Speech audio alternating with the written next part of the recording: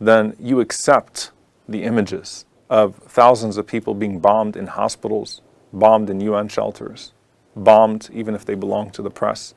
You accept chemical warfare. You accept, in 2023, 2.1 million people being starved to death, and the world does nothing. I mean, could we really have anticipated that we would arrive to a point where the world cannot intervene when people literally have their water, food, electricity, and fuel cut off?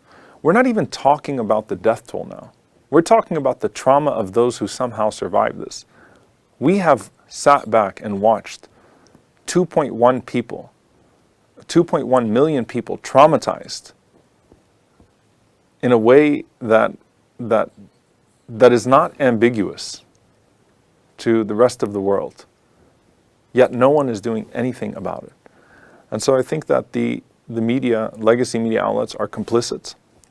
They unfortunately parrot Israeli propaganda in this regard. You saw it with the rocket attack on the hospital, or whatever it is, the airstrike rocket, where immediately any Israeli propaganda is accepted as the narrative.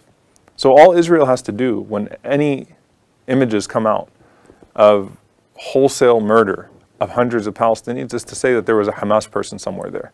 It's the easiest way to justify your war crimes over and over and over again.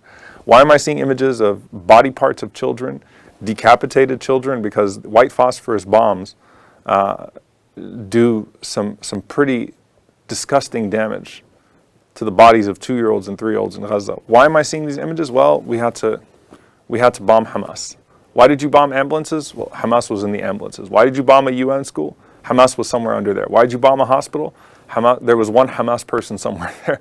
So it's become not just a repetitive form of propaganda that we've been fed, but one that I think should cause anyone to raise an eyebrow and to say, wait a minute, like, at what point is it enough?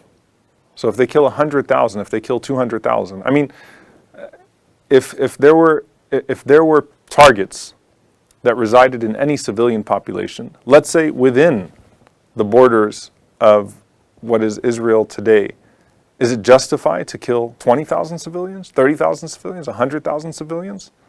So why is it that the Palestinian civilian death toll means nothing to you? And that is because, again, you've been complicit.